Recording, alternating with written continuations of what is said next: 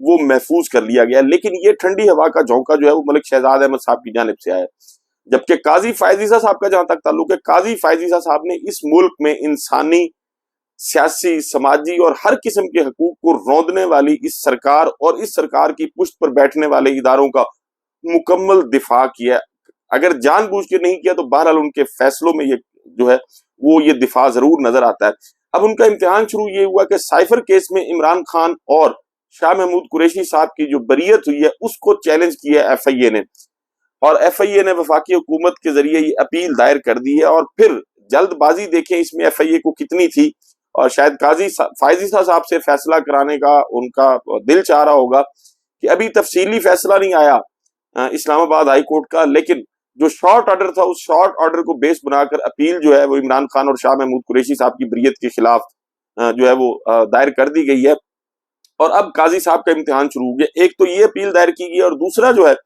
وہ چونکہ پنجاب میں جو ملک شہزاد احمد صاحب چیف جسٹس، انہوں نے الیکشن ٹریبونل جو ہے ان کا بھی آرڈر کر دیا تھا، اور 8 ججز جو ہیں ان کو الیکشن ٹریبونل مقرر کر دیا گیا تھا. تو اس فیصلے کو بھی الیکشن کمیشن آف پاکستان نے چیلنج کر دیا ہے سپریم کورٹ آف پاکستان میں.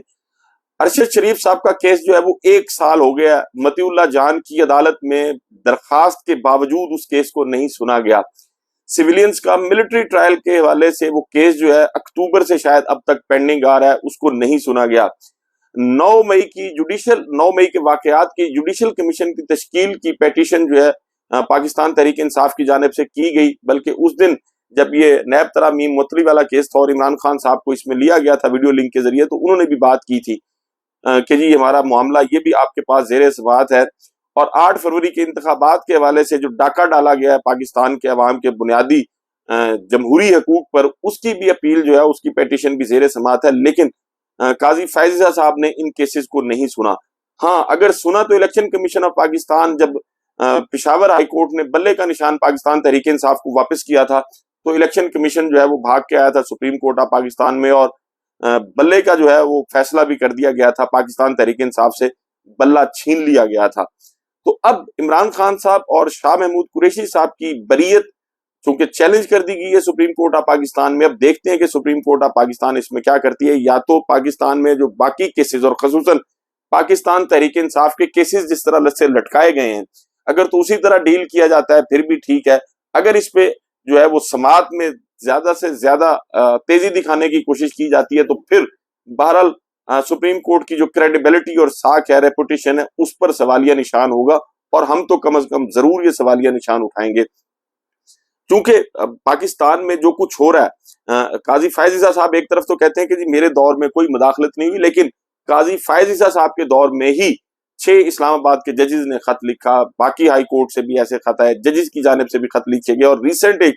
جو سرگودا کی انسداد دہشت گردی کی عدالت ہے ان کا جو خط ہے وہ چیخ کر اس بات کا اعلان کر رہے کہ پاکستانی عدلیہ جو ہے وہ ابھی آزاد نہیں ہے. قاضی فائز عیسیٰ صاحب اگر آپ نے ہوش کے اس پر ناخن نہ لیے، انتہائی معذرت کے ساتھ اگر میرا یہ جملہ آپ کو برا لگے اور آپ تک پہنچے، تو ایک دور آئے گا جب ایک حوالدار یا اے ایس آئی لیول کا آفیسر جو ہے وہ آئے گا اور آپ کے سیشن جج کو گریبان سے پکڑ کے اٹھائے گا اور کہے گا کہ یہ فیصلہ لکھو. خدارا ان معاملات کو، ان نزاکتوں کو سمجھیں. آپ کا ٹینیور جو ہے اگر ایکسٹینڈ بھی ہو جاتا ہے تو بہرحال ایک دن آئے گا جب آپ چلے جائیں گے. لیکن پاکستان میں عدالتوں کی بے توقیری اور عدالتی احکامات کو نہ ماننے کا جو سفر آپ کے دور میں شروع ہوا ہے پھر شاید یہ کبھی رک نہیں سکے گا. ابھی بھی وقت ہے اس غلط روایت کو ختم کیا جائے اور عدالتوں کے احکامات پر عمل درآمد کرنے کا پابند بنایا جائے پاکستان کے اداروں کو. اور اگر ایسا نہ ہوا تو پھر ایک وقت ایسا آئے گا جب ماتحت عدلیہ بھی اور ہائی کورٹ اور سپریم کورٹ میں بیٹھے ججز جو ہیں ان کے چیمبرز میں گھس کے ان سے گن پوائنٹ پر ان مرضی کے فیصلے جو ہے وہ کروائے جائیں گے.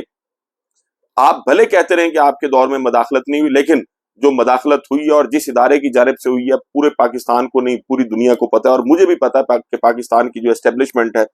وہ خصوصاً ان 2 سالوں میں عدالتی معاملات میں جس طرح سے مداخلت کی جا رہی ہے اور جس طرح سے لوگوں کے بنیادی حقوق سلب کیے جا رہے ہیں، اس پر سپریم کورٹ آف پاکستان کی مجرمانہ خاموشی جو ہے یہ بہرحال اس پر بات میں تو ضرور کروں گا. اور ویسے دنیا میں بھی بات ہو رہی ہے، پاکستان میں لوگ سوشل میڈیا پہ بات کر رہے ہیں. اس کے ساتھ ساتھ ناظرین، عدت میں جو نکاح والا کیس تھا اس پر بھی جو ہے وہ میاں گل حسن اورنگزیب صاحب جو ہیں انہوں نے اب آرڈر کر دیا ہے، کیونکہ عمران خان اور شاہ محمود قریشی اپنا بشرا بی بی کی جانب سے پیٹیشن فائل کی گئی تھی ارلی ہیئرنگ کی، تو آج جو ہے وہ اس کا تفصیلی فیصلہ آ گیا، اور انہوں نے میاں گل حسن اورنگزیب صاحب نے اس میں آرڈر کیا ہے کہ جو مرکزی اپیل ہے اس کو 1 مہینے کے اندر اندر ڈیسائیڈ کیا جائے گا، اور جو سزا کے خلاف معطلی کی درخواست ہے اس کو 10 ورکنگ ڈیز جو ہے اس میں اس پر فیصلہ کیا جائے گا۔ عمران خان کی جانب سے آج اس میں سلمان اکرم راجہ پیش ہوئے، اور بشرا بی بی کی جانب سے بیرسٹر سلمان صفدر جو ہے وہ پیش ہوئے۔ آج بھی انہوں نے یہ استدعا ویسے یہ کی تھی کہ سیشن جج جو تھے شاہ رخ ارجمن، ان کو محفوظ فیصلہ سنانے کی ہدایت کی جائے، یا پھر ہائی کورٹ ان اپیلوں کو اور ان پیٹیشنز کو خود سن لے، یا وہ اپیل جو ہے وہ اے ایس جے سے لے کے سیشن جج ویسٹ کو ٹرانسفر کی جائے، کیونکہ پہلے جو ہے سیشن جج ایسٹ اس کیس کو سن رہے تھے۔ راجہ رضوان عباسی جو اس میں وکیل تھے دوسری سائڈ سے، انہوں نے مخالفت کی اور یہ کہا کہ جی چونکہ پہلے جج پر ایک دفعہ اعتراض ہوا تھا، درخواست آئی تھی تو وہ خارج کر دی گئی تھی، پھر دوسری دفعہ اعتراض ہوا، اور پھر یہ ایڈمنسٹریٹو آرڈر ہے، اس آرڈر کو بل واسطہ یا بلا واسطہ یعنی ڈائریکٹ یا انڈائریکٹ چیلنج نہیں کیا جا سکتا۔ کسی حد تک ان کی بات یہ درست تھی،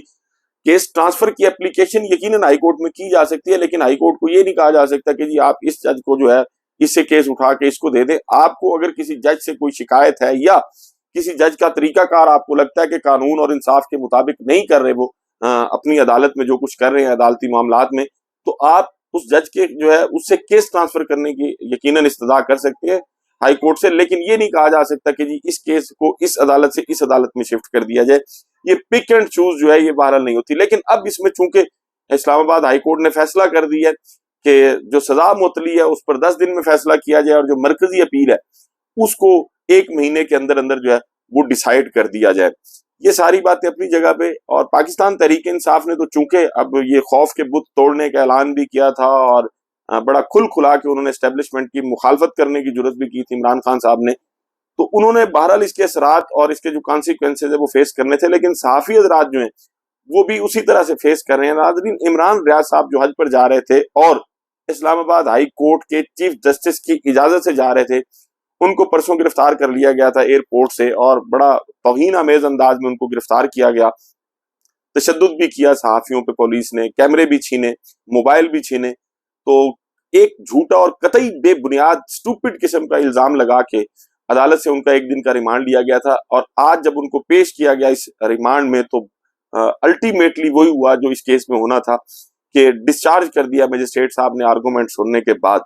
تو پولیس نے اس میں مزید جو ہے میں سمجھتا ہوں بددیانتی کی، اور کسی زر خرید غلام کا کردار ادا کرتے ہوئے اس پنجاب حکومت کے ان کے خلاف ایک اور جھوٹا مقدمہ جو ہے وہ قائم کر دیا گیا۔ پہلے جو مقدمہ تھا وہ نشتر روڈ تھانہ تھا، جس میں یہ کہا گیا تھا کہ ان پر الزام تھا کہ جی انہوں نے کسی آدمی سے 2.5 کروڑ روپے بطور امانت لیے ہیں اور پھر خود برد کر لیے، اور اب جو مقدمہ بنایا گیا انتہائی مضحکہ خیز اور سٹوپڈ قسم کا مقدمہ اور سٹوپڈ قسم کا الزام لگایا گیا کہ جی انہوں نے بیریئر توڑے ہیں، کار سرکار میں مداخلت کیا، اور اس مقدمے میں بھی ان کی گرفتاری جو ہے وہ ڈال دی گئی ہے۔ آخری فلائٹ بھی شاید حج کی جو ہے وہ جا چکی ہے۔ حکومت جو ہے وہ عمران ریاض کے معاملے میں اپنے مقصد میں پوری طرح سے کامیاب ہو چکی ہے، ان کو حج پر جانے سے بہرحال روک دیا، اس میں کوئی دوسری رائے نہیں ہے۔ اور دوسری طرف اسلام آباد ہائی کورٹ جس نے یہ اجازت دی تھی، میں سمجھتا ہوں جو کچھ پنجاب حکومت کی جانب سے کیا گیا یہ شاید ایک تمانچہ ہے اسلام آباد ہائی کورٹ کے منہ پر کہ جی آپ جو مرضی آرڈر کرتے رہیں، لیکن ہم نے وہی کرنا ہے جو ہم نے سوچا ہوا ہے۔ اور عمران ریاض صاحب کے ساتھ جو کچھ ہو رہا ہے پاکستان میں صحافیوں کے ساتھ پہلا نہیں ہے۔ ارشد شریف صاحب کا آپ کو پتا ہے کہ کیا ہوا ان کے ساتھ، اور کچھ صحافی جو ہیں وہ اس وقت ملک سے باہر ہیں، جلا وطنی کی زندگی گزار رہے ہیں، اور پاکستان میں جو ہے یہ 9 مئی کی مذمت کا سلسلہ جو ہے یہ رکنے کا نام ہی نہیں لے رہا۔ دفاع کے نام پہ اربوں روپے جو ہے وہ بڑھا دیے گئے ہیں، لیکن عملاً جو ہے وہ پاکستان کے لوگ جو ہے جس طرح سے بے یار و مددگار ہیں وہ بھی سب کو پتا ہے۔ یہ سب کچھ اپنی جگہ پہ۔ دوسری طرف شاہ محمود قریشی صاحب چونکہ سائفر میں بری ہو گئے تھے، تو ان کو 9 مئی کے کیسز بنائے گئے تھے، 8 ان کے خلاف ان کو نامزد کر دیا گیا تھا، اور پھر پولیس نے اس میں تقریباً